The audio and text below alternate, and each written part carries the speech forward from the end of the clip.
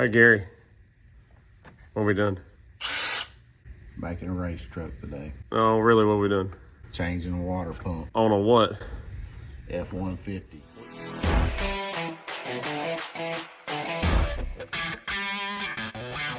All right, today we're going to show y'all how easy it is to change a water pump on this 2012 with a 3.5 ecoboost. I'm still learning on these. These aren't my forte necessarily, but we're going to show you doing this water pump on here today. The customer already purchased his water pump. It's a Duralast. It's not a Motorcraft. Whatever. His truck, his money. So we're going to swap this out and show y'all how to do it real quick. Gary's working on taking our air intake off already. He's really getting the initiative today. This is what I get right here. Yeah, well, if I On the get clock, somebody, I'll let you know. taking phone calls, just standing here. Okay. Look at him. All right, bye. Just look at You're him. welcome. Yep, Bye. look at him. Is that your girlfriend? No, it's not. She sounded real hot. Maybe. All right, so Gary took our air intake out. So it's right here. So we undid the 3 band clamps there. This has a retainer right down here that goes into the head there. I think we can just lift this enough to get all the access we need. So now, let me look and see what's next. All right, so a lot of videos are saying remove the throttle body and totally remove this pipe. I don't really see any need in doing all of that. So we've just taken off what looks like is necessary to gain access to stuff. So we just undid this coolant hose here, undid it from the reservoir bottle and from the thermostat housing here. We took this charge air cooler pipe loose, which was that Y pipe assembly that we first took off. We took off, where'd that pipe go? We took this pipe here off, this long charge air pipe, which goes from your turbo on the driver's side and comes down. It goes all the way to that pipe you can see down there that's disconnected. Undid the clamp there, and I've done everything from the top. I haven't done anything from the bottom to undo any of this. We also undid these vent lines here, from there, from here, and right, where's it at? Anyways, it's this whole vent line assembly here, just to get that out of the way. So now we have access to our thermostat housing and our water pump now. So now we just got to undo this radiator hose and undo our other radiator hose there. And then we'll be able to undo our bolts. Now, the only other thing I have done ahead of time is you have a tube, that black tube right there. It comes into the back of the thermostat. It's got a O-ring on it. So I've gone on and pre-soaked that with some WD-40 because you don't want to pull it out of the back of the motor. You want to be able to pry the thermostat housing off of it. All right, we have our thermostat housing loose now. Now this is the part I was talking about where you don't want to pull that tube out of the back. So I'm gonna get my pry bar. We're gonna hold the tube while we pull the thermostat housing off of it. All right, right there at the top of the black tube, right below my finger, you see the little tab. That's where you have to pry from. I'll zoom in right there so that you can pry the tube off of the thermostat housing without pulling the tube out of the back. So that's what we're gonna do. All right, so I got my small screwdriver on the tab and I got it pried about 1/8 of an inch and it was still on there a little bit. So then I got a bigger pry bar and I just held the tube back while Gary wiggled the thermostat housing real gently and it came right off without pulling the tube out of the back. So now we're gonna take all our water pump bolts out. You can see I already pulled one out and then we'll have the water pump off. All right, we got all our bolts out.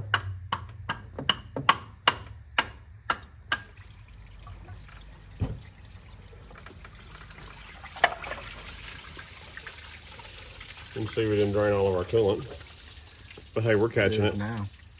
We're catching it all. All of it? Yes. Listen to that. Sounds good. You can feel it in the whole truck. Huh. What kind of water pump is that? Is that the factory one or aftermarket? This one, it's a Fomoco. Got it all cleaned up down there now. All right, we got our new gasket on and we lubricated up the O-ring with some assembly lube there so we don't mess the O-ring up. We're gonna put it on, then we'll torque it. I'll show y'all torquing it down. All right, your torque spec is 71 inch-pounds, then you go an additional 45-degree turn on each one of these. So we get these torqued down, then we're gonna move on to putting a new thermostat in the housing and putting that on. All right, guys, we're back. It's the next day. We got held up on some parts because they sent me a thermostat and they did not send me the new O-ring gasket for it, and I wasn't gonna dare put in a new thermostat without putting the new O-ring in there with it. But we got this all torqued down, 71 inch-pounds on all of our water pump bolts, and then plus 45 degrees. Tighten our pulley up, got our new belt put on. So now we're getting ready to throw our new thermostat in the thermostat housing. The first thing they sent us, which is what held us up, was the orange thermostat housing coolant tube, which is 36111. This is Felpro, which is actually your O-ring for the tube back there that we got the housing off of. So since they sent that, you don't really have to replace this. It's supposed to be reusable, but I'm gonna go on and pop it off and put the new one on there. So we'll have a new gasket there. We'll have our new thermostat with the new O-ring with it. All right, make sure you put your thermostat in the correct direction and make sure you orient this in the correct way. So this will be coming off the front of the motor here, and this will be pointing down, not up.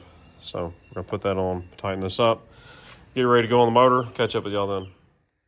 All right, we got our new O-ring there on the thermostat tube there. This is all assembled here. Something I like to do before I put stuff like this together is in these holes like this, I'll just go over it with my green, I call it a Brillo pad, Scotch-Brite pad, whatever, just to clean that surface up. And these I will hit with the wire wheel and get all this corrosion off, because sometimes you'll put a hose back on there and you're not gonna get anything to seal back up right because of this corrosion on it. So I'm gonna clean all that up, make it nice and shiny and smooth, and then we'll throw this back on. All right, got all of our hose fitting sections all cleaned up here and smoothed out. Got a lot of the corrosion off. Lube that up with the synthetic grease, assembly lube. Same thing with this here. I always like to lube up anything that's an O-ring because it's way easier to do that than it is to sit there and assemble something together, tear or mess up an O-ring, and then you gotta tear it all back apart just because you didn't put a little bit of grease on something to make it slide together easier. So I'm gonna put this on, torque it, and then we'll be ready to put all the other hoopla back together on here. All right, throwing the thermostat housing on. And you can remove this tube back here and replace both the O-rings on it. It's not usually necessary though. And it should just slide right on there, just like that. And get all of your bolts put in before you start tightening any of them up. Makes it a lot easier. So I'm gonna get all these put in, and I'll catch up with y'all when we after we torque them.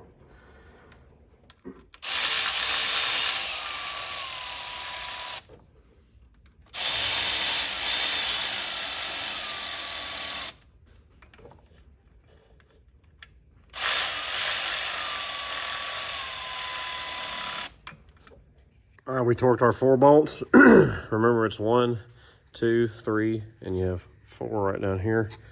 71 inch-pounds and then 45 degrees, same thing as the water pump.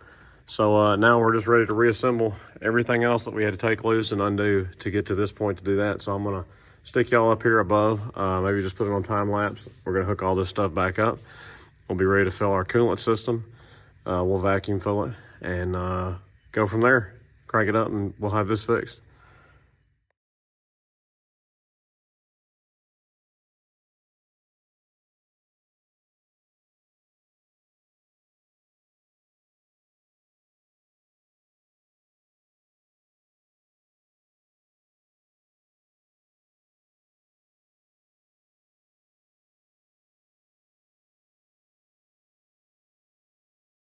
All right, so we got everything put together.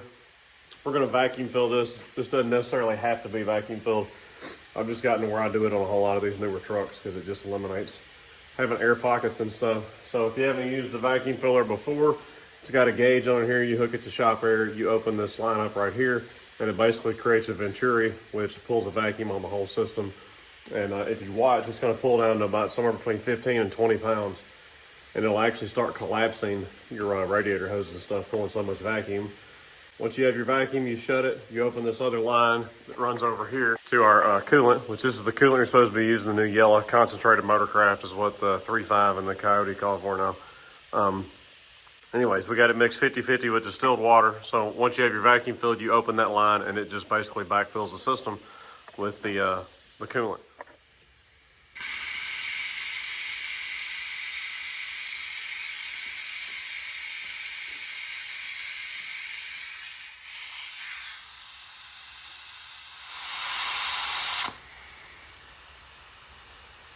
You sit there and you make sure that it holds vacuum. If it just sits there and drops extremely fast, then you got a leak somewhere in your system. So now we're going to open this.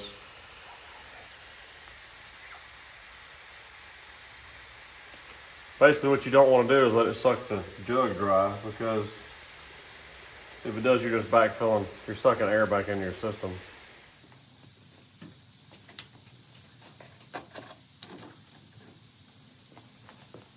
Open this back up.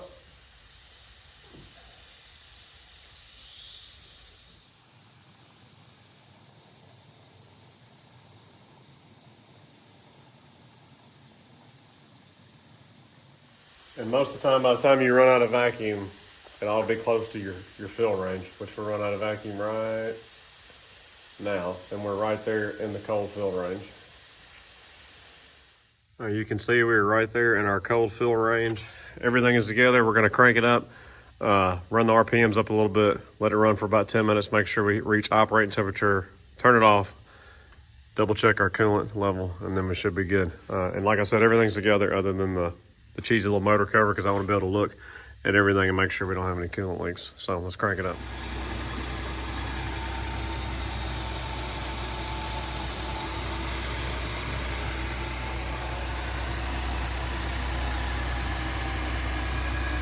All right, guys, hope you enjoyed the video on throwing a water pump on this EcoBoost here. Not a giant EcoBoost fan. I would much rather have a Coyote and an F-150 if I was to own one of these over the EcoBoost, but hey, whatever. To each their own. But that's how you do a water pump in there. If it was me buying the parts, I would use the Motorcraft only on the water pump. He brought the parts to me, so whatever. Once again, his truck, his money. But go buy OEM parts. Make sure you use the correct new Ford yellow coolant in it. That's what it calls for. Anyways, not too bad of a job. It's a little bit easier on a Coyote, a little bit easier on the older 5.4 model.